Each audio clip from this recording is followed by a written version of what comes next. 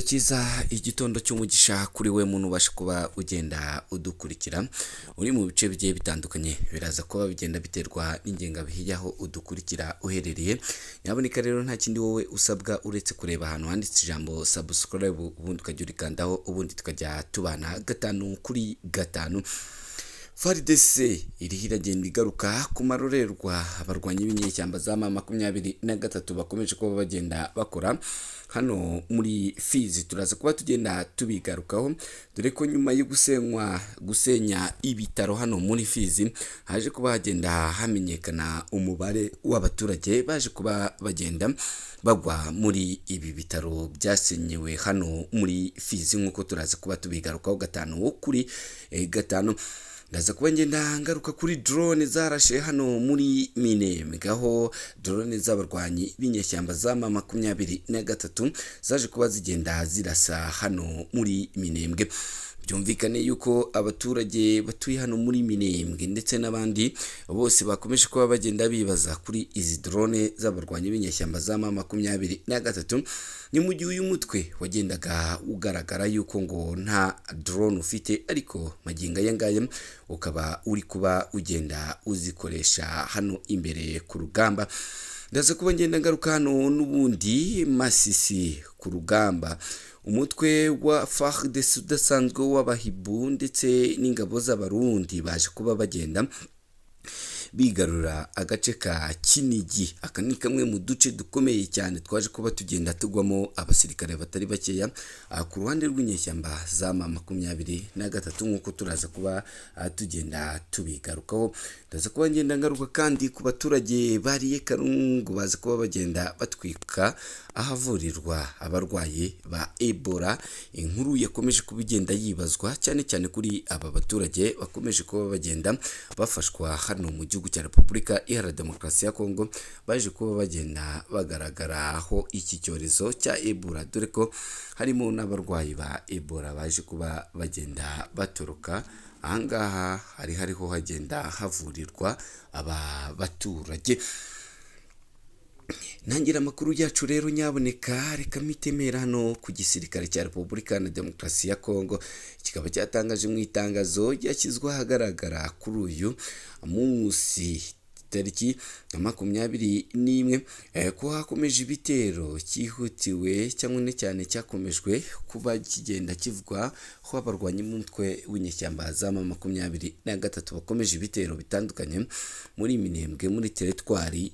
Ibitero bimaze iminsi bigenda biba ahangaha mu gihugu cya Repubulika Iharanira Demokarasi ya Kongo, nk'uko igisirikare cya leta kibitangaza ngo ibitero byinshi by'indege zitagira abapilote k'uyu wa kabiri byibasiye uduce twa Karingi, Mikenge. Mu gitondo cya kare FARDC yemeza ko ibitaro bikuru bya Mikenge byibasiwe nkana kandi bigasenywa burundu muri ibyo bitero. Iri ni itangazo rivuga ko kandi ko abantu bapfuye barimo abasivile benshi barimo n'abakozi b'ibi bitaro. FARDC ikaba yarakomeje yamaganye cyane cyane ku karengane ku mateka mpuzamahanga arengera ikiremwamuntu, nk'uko imaze iminsi ishinja M23 ndetse ishinja n'igihugu cy'u Rwanda kugira uruhare mu bitero bigiye bitandukanye. Igisirikare cya Kongo kivuga ko cyabimenyesheje abunzi n'abafatanyabikorwa bagira uruhare mu nzira y'amahoro i Washington ndetse na Doha, nk'uko inkuru dukesha Media Congo Net ikomeza ibivuga. Igisirikare cya Kongo gikomeje kivuga ko gifite uburenganzira bwo kwirengera guhagamije kurinda ubusugire bw'igihugu no kurinda abaturage b'abasivile. Urebye ibikubiye mu byatangajwe na FARDC ubona neza ko nta tandukaniro ririmo cyane n'ibyo bakomeje kuba bagenda bashinja aba barwanyi b'inyeshyamba z'umutwe wa M23 bakomeje kuba bagenda bagaba hano mu gihugu cya Repubulika Iharanira Demokarasi ya Kongo. nubwo ibi ngibi bikomeza kuba bigenda bitangazwa cyane cyane hano kuri ubu butaka, ibitero birakomeza umunsi ku wundi ndetse n'abaturage bakomeza kuba bagenda baburira ubuzima bwabo mu bitero bigiye bitandukanye biri kugenda bibera hano ku butaka bwa Repubulika Iharanira Demokarasi ya Kongo. Ni nako kandi drone umunsi ku wundi zikomeza kuba zigenda zirushaho kuba zigenda zifata indi ntera mu kugaba ibitero hano mu gihugu cya Repubulika Iharanira Demokarasi ya Kongo. Ingabo za AFC/M23 zakubitiye ahababaza cyane cyane ihuriro ry'ingabo za Repubulika Iharanira Demokarasi ya Kongo FARDC n'abambari bayo mu bice bya Minembwe mu bitero gikomeye cya drone cyasize ririya huriro ritakaje abasirikare nk'uko bikomeza kuba bigenda bitangazwa. Ni mu bitero AFC/M23 yagabye mu gace ka Mikenke muri teritwari ya Mwenga ho mu ntara ya Kivu y'Amajyepfo. Amashusho akomeje gukwirakwira ku mbuga nkoranyambaga bigaragara ko yafashwe n'abasirikare ba FARDC ubwabo nyuma y'ibitero, agaragaza imirambo y'abasirikare benshi baryamye hasi nyuma yo kuraswaho n'indege zitagira abapilote zizwi nka drone. Aya ni amashusho kandi agaragaramo inyubako zashwanyagujwe n'izo drone, ibyerekana ubukana bw'ibyo bitero byabaye hafi aho muri Mikenke, Gakenke, Karinga n'utundi duce twishi two muri teritwari tumaze iminsi twarabaye isibaniro ry'ibitero bya za drone byiganjemo ibigabwa n'ihuriro ry'ingabo zirwana ku ruhande rwa Kinshasa zirimo FARDC, Wazalendo, ingabo z'abarundi ndetse na FDLR.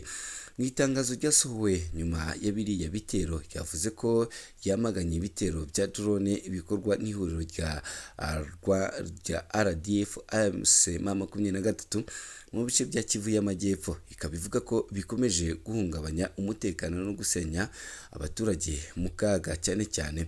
Inavuze kandi ko iri gukomeza ibikorwa bya gisirikare byo kwisubiza ibice AFC/M23 iri kuba igenda igenzura muri Kivu y'Amajyepfo nk'uko bikomeza kuba bigenda bitangazwa. Ku rundi ruhande abarwanyi b'inyeshyamba za M23 bakaba bakomeje kuba bagenda badivasinga berekeza imbere. Ibi bikomeje gutera impungenge abaturage bakomeza kubona ko ubuzima bwabo bukomeza kuba bugenda bugana mu kaga.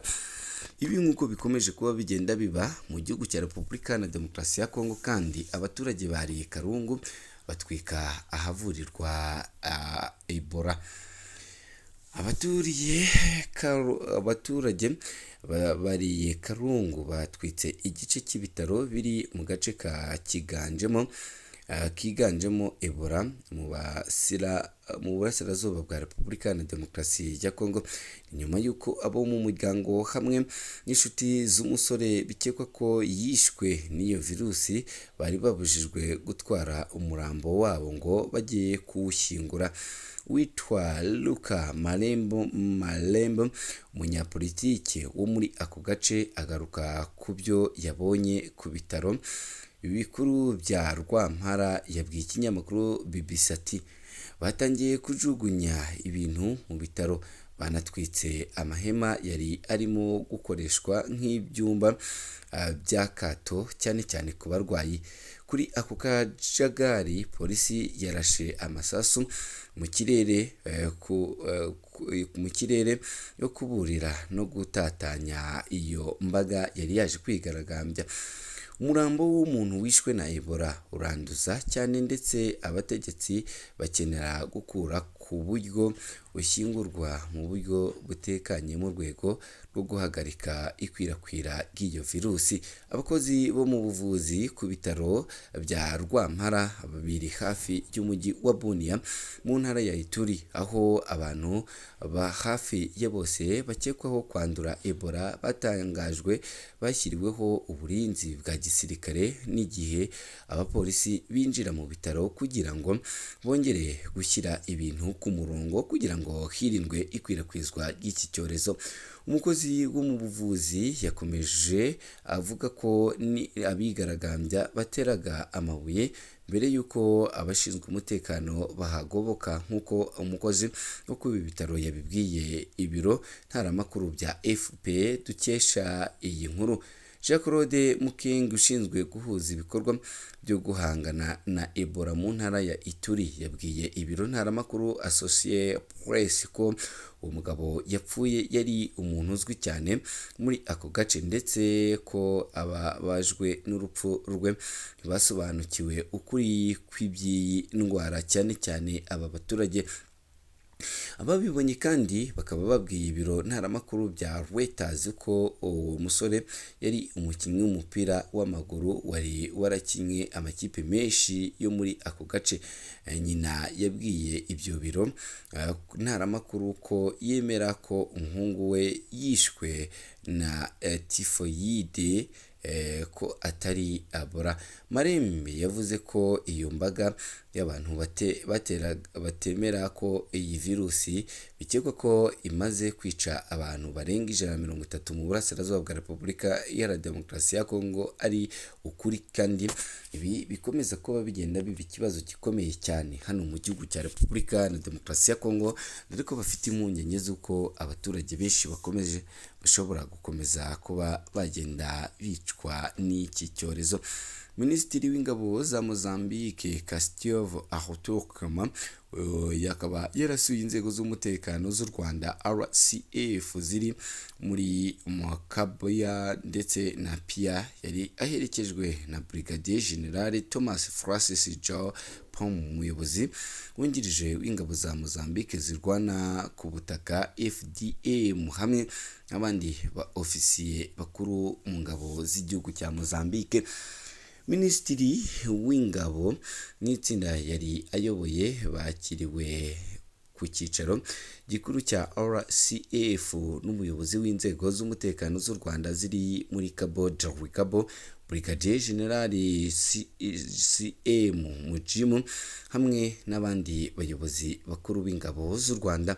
Muri urwo ruzinduko umuyobozi w'inzego z'umutekano z'u Rwanda yagaragarije Minisitiri w'ingabo ishusho y'umutekano ndetse n'uko ibikorwa byo kugarura umutekano mu ntara ya Cabo Delgado bihagaze. Minisitiri Chume yashimiye inzego z'umutekano z'u Rwanda ku ruhare rukomeje zagize kurwanya iterabwoba mu majyaruguru ya Mozambique, cyane cyane mu ntara ya Cabo Delgado. Yanashimangiye ubushake bwa guverinoma ya Mozambique bwo gukomeza gushimangira ubushuti n'ubufatanye bumaze igihe hagati ya Mozambique ndetse n'igihugu cy'u Rwanda, nk'uko we yakomeje kuba agenda abitangaza.